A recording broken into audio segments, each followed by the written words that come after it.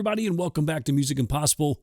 My name is Professor Jim, and today we're going to take a look at the circle of fifths. Now, the circle of fifths is a pretty complex, deep, robust tool that can be used in a variety of ways. We're just going to scratch the surface today just a little bit, just to give you an overview, what it means very basically. And then as we progress in our music theory studies, we'll do some more videos on this down the road. Circle of fifths. It's a circle, so that's the obvious part of the name. Circle of fifths. What is a fifth? And so in music, we have a couple different kinds of fifths. There's perfect fifths, among other things, and this demonstrates a perfect fifth. So if I go up the keyboard from the note C to the note G, that would be 5 notes, and we call that interval a perfect fifth. Now, interval is the distance between two notes, and so our interval of a fifth is where we get the circle of fifths from. So if I come over here and we're going to look at our keyboard here in Sibelius, we're going to notice if we start with middle C here, we have the note C right here. That's note number 1. D is note number 2. E is note number 3. F is 4, and G is 5. So it's the fifth note up from C.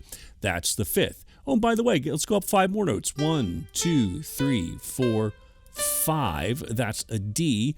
I wonder if the next item in the circle of fifths is a D. And boom, there it is. Yes, so when we go from C to G, that's a fifth. And then again, when we go from G to D, that's another perfect fifth.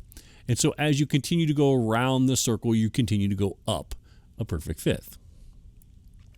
Conversely, if we go counterclockwise around the circle of fifths and we go from C to F, that goes down a fifth. So that's down a fifth. C to F is down a fifth. F to B flat, down a perfect fifth. You get the idea. B flat to E flat, down a perfect fifth. So that makes that pretty easy to understand. All we got to do is go down 5 notes.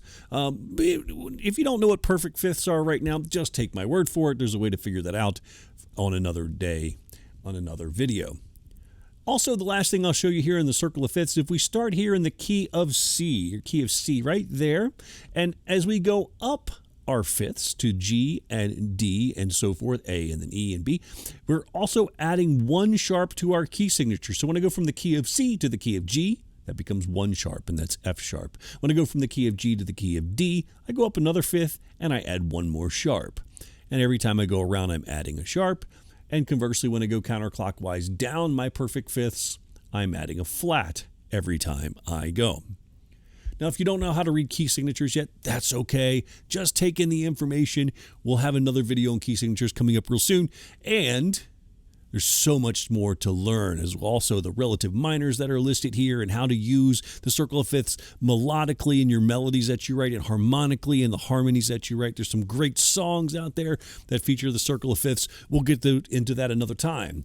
Thanks so much for watching. All right, you know what to do. Like, follow, ring that bell. Well, you guys are already familiar with that.